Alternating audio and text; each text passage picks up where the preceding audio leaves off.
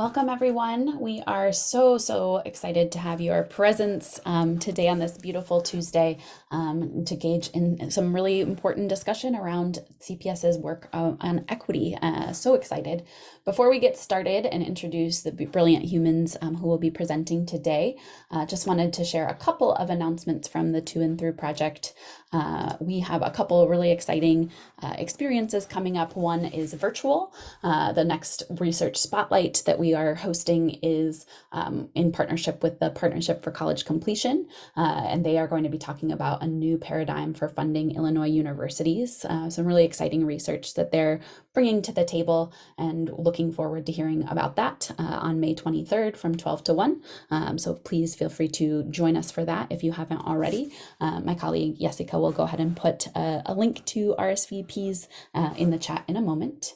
And one that I'm particularly excited about is an in-person networking and learning event that we'll be hosting called Kegs and Cases, where we're going to bring folks together to read our new qualitative work called Learning Cases, and specifically dive into an example of an advisor from Chicago Public Schools working with students, get a taste of the day in the life of that work, and discuss how our advisors are working with students at a point of indecision in their post-secondary pathway journeys. And we'll buy you a beer or a drink or a non-alcoholic beverage. So that's going to be at Guild Row on June 1st from 4 to 6 p.m. Again, you can look for the link to RSVP in the chat, and we hope to see a lot of you here. But without further ado, I'm going to transition to introducing the amazing people who are going to be sharing today. Let me stop sharing my screen. So today we will be joined by the Office of Equity and the amazing humans doing so much important work for equity in our CPS world. And so we are going, sorry, I lost my little intro here. Here we go. So I'm excited to get to engage in this discussion today that's going to be led by the Chicago Public Schools Equity Office. My name is Alex Ritson, and I'm standing in for the amazing Don McCoy and trying to do just to live up to his beauty. But the Office of Equity has been doing some really amazing work to support a more equitable experience for the students and the staff in Chicago Public Schools, including the creation of an equity framework that the team is going to be discussing today. And we are just so privileged to be joined by the Chief of Equity, Dr. Fatima Cooke, and Executive Director Eva Covarrubias, and also some other members of their team who are joining us today: Ro Curtis, Rachel Parnell, and Christina Lunger-Lopez, who we'll hear from in breakouts. And we're really pumped today. It's going to be webinar format for the beginning, and then we're going to engage in some really beautiful breakout rooms. So please plan on staying for the full experience to get the most out of this discussion and conversation. So I'm pleased to welcome first Dr. Fatima Cooke. She is a native of Chicago and a proud product of Chicago Public Schools. As an accomplished educational leader committed to equity and engagement, she brings a really unique perspective to her work. In addition to her professional experience, Dr. Cooke is also a parent of a CPS student, which gives her a personal stake in the success of this district. And as Chief of Equity Engagement and Strategy, Dr. Cooke is focused on creating a more equitable educational system by operationalizing the CPS Equity Framework that they'll discuss today. With over a decade of experience in education, she has a proven track record of improving student outcomes and promoting equitable opportunities for all learners. During her time as Deputy Chief of Schools for Network 5 and Principal of Sumner Math and Science Community Academy, shout out to Sumner, one of our middle grades network schools, Dr. Cooke implemented innovative strategies and created conditions for students and families to feel a sense of belonging. Her commitment to ensuring that all students have access to high-quality, culture-responsive education that prepares them for success in college, career, and life is unwavering. And we're also joined by Eva Covarrubias, the Executive Director of the CPS Office of Equity. She is a first-generation Mexican-American born in Chicago and raised in the Little Village community. Her bilingual and bicultural life experiences have fueled her passion for fostering cultural, linguistic, and racial equity in education for all students. She has over 20 years in educational leadership work and has held roles at every level in the CPS district: bilingual teacher, school leader, network leader, and now serves as the executive director in the Office of Equity in Chicago Public Schools. She leads the Equity Office Strategic Priorities and Progress on Closing the Opportunity Gaps for African American, Latinx, and other underrepresented student populations through operationalizing the CPS Equity Framework. What beautiful, brilliant biographies these women bring to the work, and I'm so excited to pass it to the equity team to present today. As they're presenting, one quick note, this is a webinar format, so please encourage you to ask questions throughout using the Q&A function. They have so much brilliance to share with us. Use that Q&A function and we will get to those questions and answers at the end of our session. Take it away, Dr. Cooke and Ava. Thank you, Alex. Good morning, everyone, and welcome. I am so excited to be in community with you today to learn more about how we define equity in Chicago Public Schools. Thank you, Dom, Alex, and Jessica, and To and Through for creating a space where we can all come together to learn from one another. As Chief Equity Engagement and Strategy Officer, I lead the strategy, impact, and outcomes for the Office of Equity and the Office of Family and Community Engagement. And each office sets out to build the capacity of all stakeholders to understand that equity engagement starts with the relationships that we build each day. I am joined by some awesome team members in the Office of Equity, and you'll meet them throughout this presentation. As Alex mentioned, my journey in CPS started as a student in a system that I experienced was not designed for me.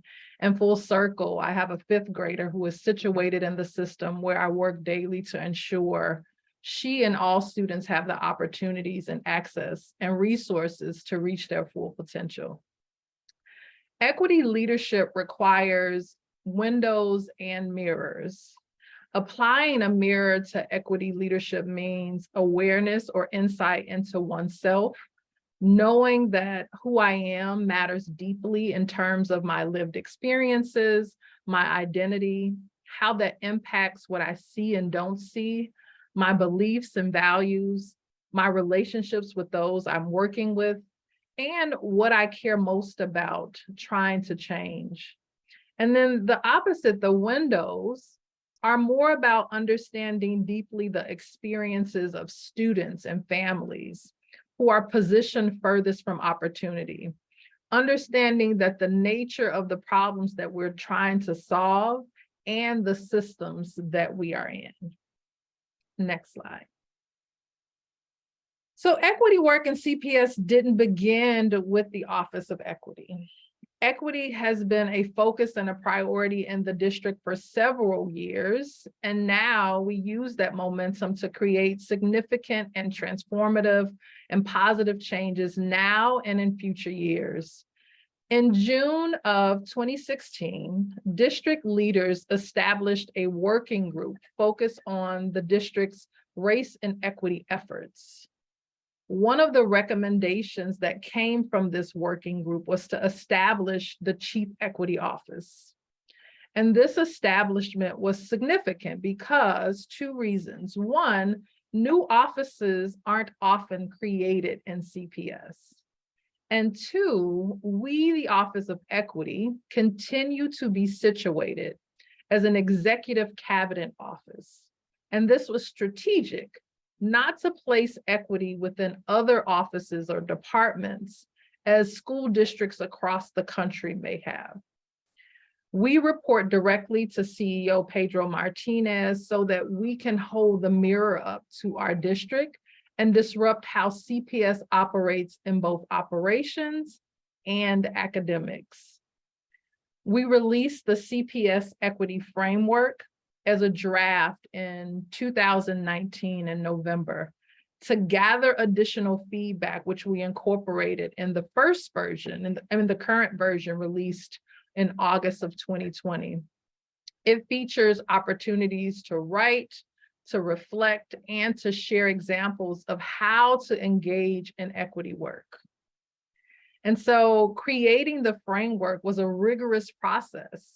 The office reviewed and researched several equity frameworks from across the US, from Seattle to Boston, and combined the findings with a listening campaign where we engaged with over 5,000 stakeholders. And yes, we actually spoke and listened to over 5,000 real lived experiences in order to co-create what equity means in CPS. Some of you on this call may have sat in some of those spaces. Before we move to the next slide, I'm going to invite everyone to take a moment, about 30 seconds, find a sheet of paper or something to jot down. How is equity defined to you? What is your definition for equity? We're going to pause for about 30 seconds and then we'll move into our next slide.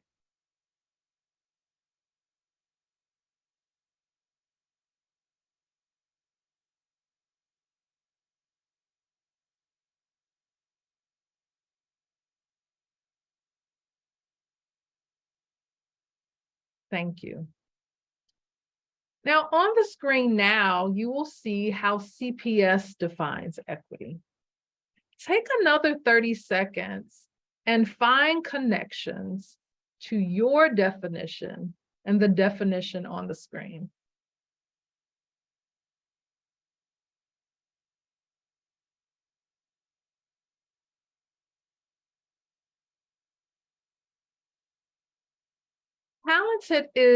Talent is distributed equally amongst our students, but opportunity is not. And based on this context and from input across stakeholder groups, an extension of the CPS definition of equity can be found on page 16 of our equity framework. Additionally, 4 key themes in the research and the listening work became the 4 dimensions of the equity lens. You have liberatory thinking, inclusive partnerships, resource equity, and fair policies and systems are grounded in targeted universalism, and they work together to form the equity lens. If we believe that all students, no matter their race or their background, can reach the same ambitious goals through targeted approaches, then we, you, I, and everyone on this call, we must critically examine and improve our mindsets, our relationships, resource allocations, and policies, the 4 dimensions, to shift our practices to get to equitable outcomes for all students. As we develop that equity lens, we are able to see things differently and work in new ways to best serve our students, especially those who are in our least reached groups. The video that you will watch now will elevate the voice of one of our teachers. It is Teacher Appreciation Week. And in that, she will explain in her own words how the framework supports her work. You can play the video now.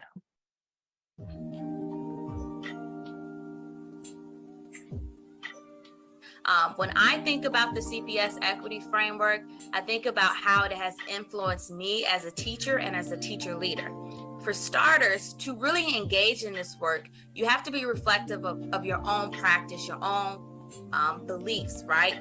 So for myself, I utilize this framework to make myself more aware of my own biases, my own influences, my cultural background. And I use this framework to help me be better equipped to thoughtfully engage with my students and build equity in the classroom, right? Not only just that, I utilize this framework to become more intentional about my instructional practices. What books am I using? What teaching materials am I using? How am I modeling equity for my students? What does that look like? Especially thinking about from a kindergarten lens, because I'm coming from early childhood. This framework just has been very powerful for me. It's not a one-time thing that I'm utilizing to assess myself, but I'm doing it ongoing, right? Ongoing to make sure that I'm a better individual personally and professionally. So this has been a true blessing for the district, and I'm just very excited about this work. Teachers, school leaders, and district leaders across our district have engaged with the framework in the work that they do daily. In the next section, you'll learn more about targeted universalism and we'll lean into liberatory thinking. You will hear from our Executive Director of the Office of Equity, Covarrubias. Thank you. Thank you, Dr. Cooke. So you just heard Dr. Cooke walk us through the Office of Equity timeline, the CPS equity definition, as well as an opportunity for us to hear from a teacher voice. In the next few slides, I will move you along on targeted universalism. You'll also hear from one of our principals and then hear a little bit about our impact across the district. On this slide here that you have, it is the definition of targeted universalism. Targeted universalism was on the background of the image that Dr. Cooke just walked you through. In the background, if you want more information on targeted universalism, it is in the framework on pages 19 through 21.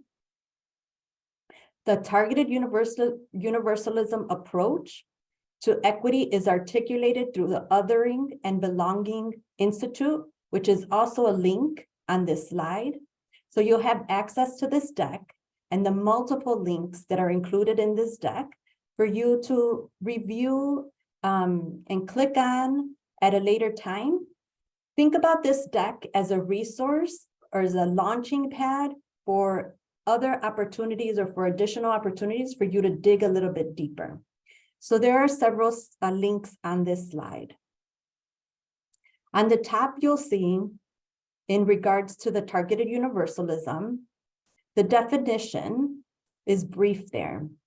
The targeted universalism approach organizes members of a school community around a universal goal.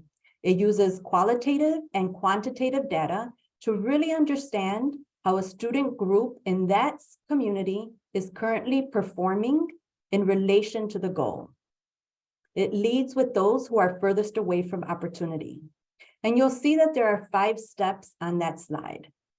1 is to establish the goal, assess where people are relative to that goal, identify those groups or those places that are performing differently, really assess and understand the structures that support or impede each group, and then develop or implement targeted strategies. So you'll see here on the next slide, the targeted universalism tool. In this tool, there are opportunities for teachers and school leaders to really think about how these groups of teams or these groups of students are situated in relation to the goal, and it walks you through this 5-step process. This is a tool as well as the text that can be found in the CPS Equity Framework. On this next slide, we're going to go into a little bit of liberatory thinking. In the liberatory thinking definition, you'll see is on slide 10 and on page 28 in the CPS Equity Framework. In the CPS Equity Framework, you'll find more information such as the definition, what liberatory thinking looks like in practice, and a tool. You'll see here the definition of liberatory thinking, reimagining one's assumptions and beliefs about the capabilities of oneself and others. Liberatory thinking is developed by interrupting one's internal beliefs.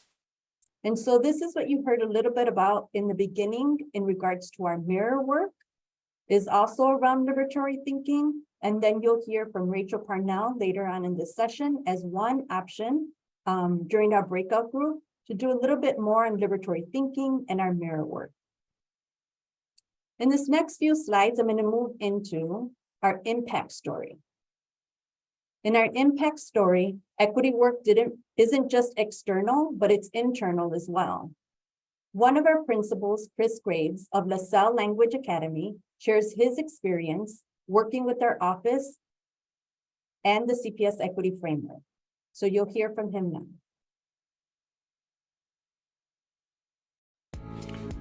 Hi, I'm Chris Graves, the principal at LaSalle Language Academy. and I appreciate the opportunity to share my experience with the CPS Office of Equity. For the past 5 or so years, I've worked very closely with the CPS Office of Equity and other leaders in CPS around the concept of equity before the office even opened, going back to when I was an AP at Curie High School in 2015. Whenever we put policies in place as school leaders, regardless of the demographics of our school, we all probably try to think about equitable impact, right? On top of that, as someone who identifies as a cisgender, white, heterosexual male, I'm always reflect that I'm never directly impacted by the decisions we're making around equity when we're thinking of like marginalized and disenfranchised communities. So I'm always looking to find the best guidance possible. Who am I consulting with? Who am I taking guidance from? Oftentimes it's our students, it's our staff, it's our communities, and those in CPS who are steeped in the work of equity. So when I'm doing research, when I'm reading policy, I'm always trying to center the voices of who's impacted the most, our students, and consulting with people who know best because they're constantly doing that research themselves. So that's how we can all interact with the Office of Equity, and that's what I've tried to do for the past few years. A few examples of how we've tried to do that at LaSalle Language Academy come to mind. For one, whenever we deal with an incidence of bias-based harm. So there might be a student that says something mean across racial lines, something we'd oftentimes define as racist. That's something where I want to make sure that I've got the right parameters, the right framework, and the right perspective when we're addressing. Secondly, the restroom policy. When our school is deciding what is most equitable, what is most fair, and what leads to all students feeling safe and included in our school, we wanted to make sure right around when the hybrid reopening took place in March of 2021 that we had a policy that made all of our students feel safe and welcomed.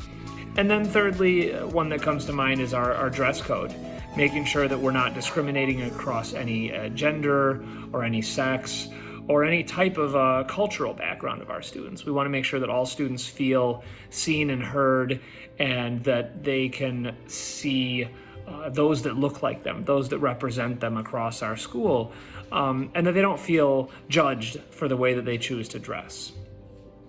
So, like I said earlier, this is a long relationship that a lot of us have had with the CPS Office of Equity, and I appreciate that through guidance, we can oftentimes get a lot of guidance thrown at us as school leaders, and I know that I can either read something, reach out to somebody, or calibrate by reading something and speaking with colleagues at other schools to make sure that we're making decisions that leave our students feeling supported and cared for. And I trust that all others are doing the same. And I'm here as a thought partner, and I appreciate always working with others to do best by our kids. Thank you. Thank you. So you just heard from two. One was a teacher earlier when Dr. Cooke was facilitating. You heard the teacher mention their own internal work, their mirror work, as well as how they continually look at the CPS Equity Framework and think about the dimensions as they think about their own curriculum as a teacher, as a classroom teacher.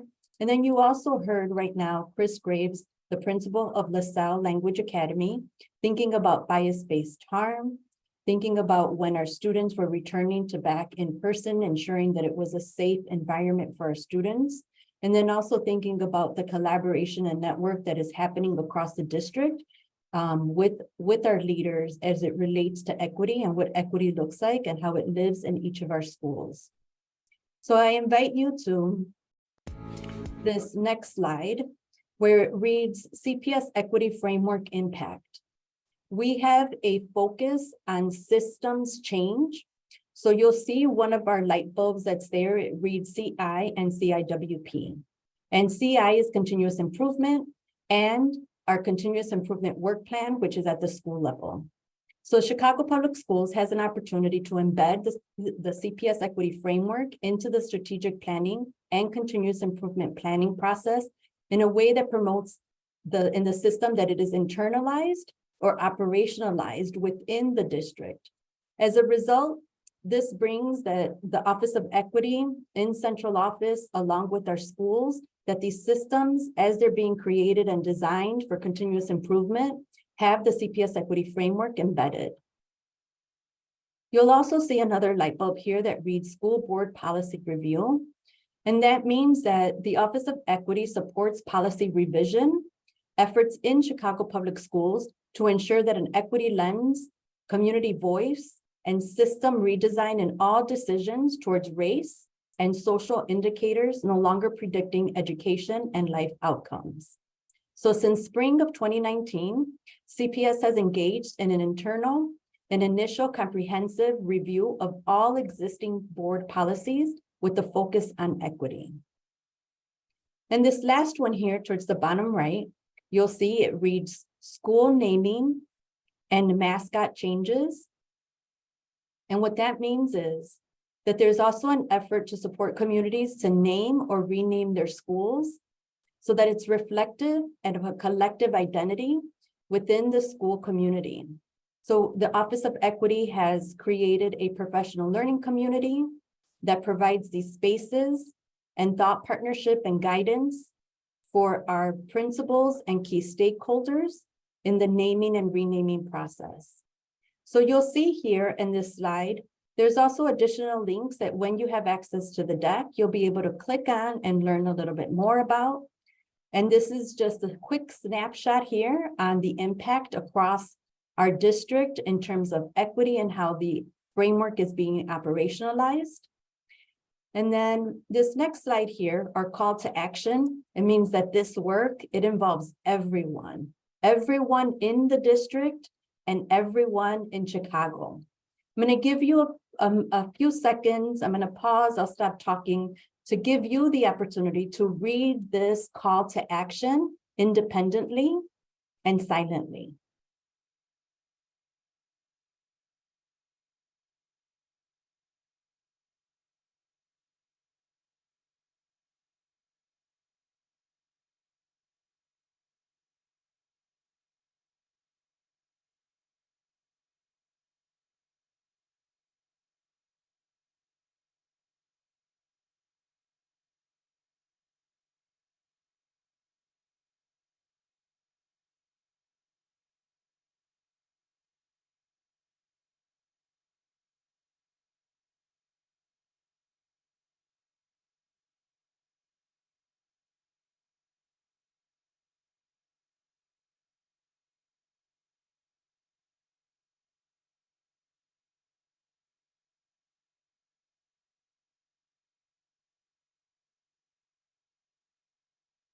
Thank you. So again, the call to action is driving equity in Chicago Public School, and it demands the constant attention from everyone in the system and community.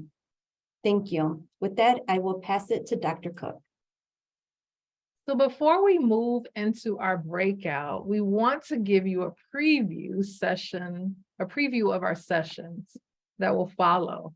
So you'll have the opportunity to engage with team members from the Office of Equity to uncover topics aligned to the CPS Equity Framework. So I'll host Building Shared Language on Racial Equity. Eva and Ro will host Making Meaning and Connections of the Four Dimensions. Christina will host Building a Toolkit for Racial Equity Work. And Rachel will talk about beginning or continuing internal mirror work. And so with that, I'll kick it back to Tu and Through to facilitate our Q&A for today. Thank you so much, Dr. Cooke and Eva, for that beautiful presentation. So much information that I learned, and particularly really enjoyed reading that call to action and thinking about our unique responsibility and role as whether we are working inside of Chicago Public Schools or a partner. So thank you for that. Want to invite all the questions that are coming up, wonders, comments, please put those in the question and answer. But I wanted to start out with one question for you.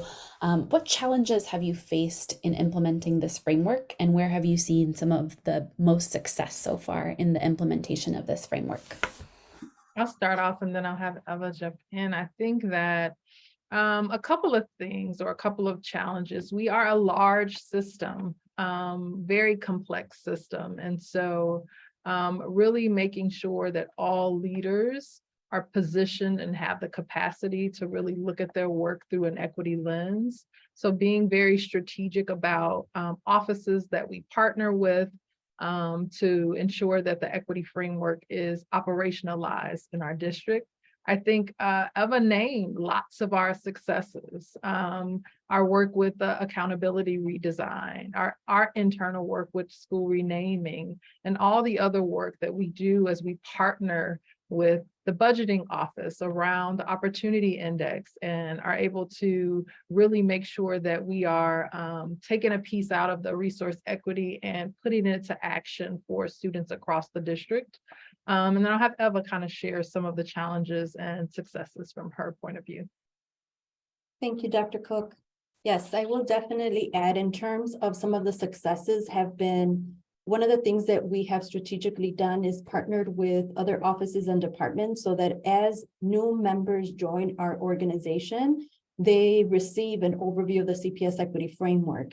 So by that, I mean, when we partner with Department of Principal Quality, any school leader that will be new to their role, such as a principal, we meet with them, we collaborate with them so that they will also receive an overview of the CPS Equity Framework so that as they enter their new role, they can think about how the framework is now situated with their new roles and responsibilities. Another example of that is through new teacher orientation. So again, as our new teachers are joining our system, are joining Chicago Public Schools, they also receive an overview of the Chicago Public School Equity Framework and resources and tools, and get a chance to hear how other teachers are also utilizing it and operationalizing it in their classroom. As well, another success is when we have partnered, such as with National Equity Project, and we've worked with our small PLCs. So thinking about how we're working with smaller groups of people throughout the district, from students, teachers, principals, network chiefs, and central office being us, and then how we can elevate their voices and how our tools are being utilized so that as we continue to move this work forward, it is no longer coming from the Office of Equity, but rather the users that are in the system. I would say in terms of the challenges is something that is not unique to Chicago Public Schools, but rather to the nation at large, is how we have and continue to have the implications of COVID and the pandemic in terms of transitioning and the implications of what that is and how that looks in Chicago Public Schools. But one thing that I will say is, because we have had a focus on systems change, is that no matter how many people have moved or moved roles within the district, is that the CPS Equity Framework, living in continuous improvement, has made a big difference so that it continues to live in the system, no matter what changes have occurred in the system. Brilliant. Thank you so much. A couple questions coming into the Q&A. One, you mentioned sort of onboarding teachers and new staff to the equity framework. What might onboarding the new future school board, particularly as we go through some leadership transition, look like connected to equity? How does that connect with the work of the school board? So I think that we constantly work with those in central office who work directly with our school board, and through board retreats. Currently, we center the CPS Equity Framework in the conversations and decisions that are made at the cabinet level, at CEO level. And so I don't foresee there to be lots of differences as we ground the CPS Equity Framework in policies, and the school board will have to approve policies. And so I am not seeing a difference in that change. Thanks, Dr. Cooke. And how do you determine the common goals of the equity work that your office leads? How do those come to be? And what did the determination of the goals you are working towards look like? So I think that we always kind of center our goals on the major district vision and goals, right? All of the work that we do is centered around our CPS vision, And then as we transition into the blueprint, so all of the goals that we create across the district are very much aligned into that vision and that blueprint. And so we have particular goals around specifics in our office. I'll have Eva kind of talk through some of those, but we are directly aligned to the district's vision and the blueprint. Thank you, Dr. Cook. What I will add is there are certain offices and departments that we have identified in the district that we work closer with, parallel. So one of those offices being the Office of Talent. And so we work closely. So I think in regards to the priorities and the goals, as Dr. Cook just mentioned, as it relates to the district goals and priorities and our core values. And then what happens is that each office then has their own priorities and how they will also align with the district. So our goal when we work parallel with them is to support that office on operationalizing and using our tools on the CPS Equity Framework so that it comes to life with their own content. And we do that with multiple offices in the district. Beautiful. Thank you so much. Keep those questions coming in the Q&A. Let's see, we've got that one answered. What do you personally feel just most proud of in the work your offices have led over the last year? What are you most proud of?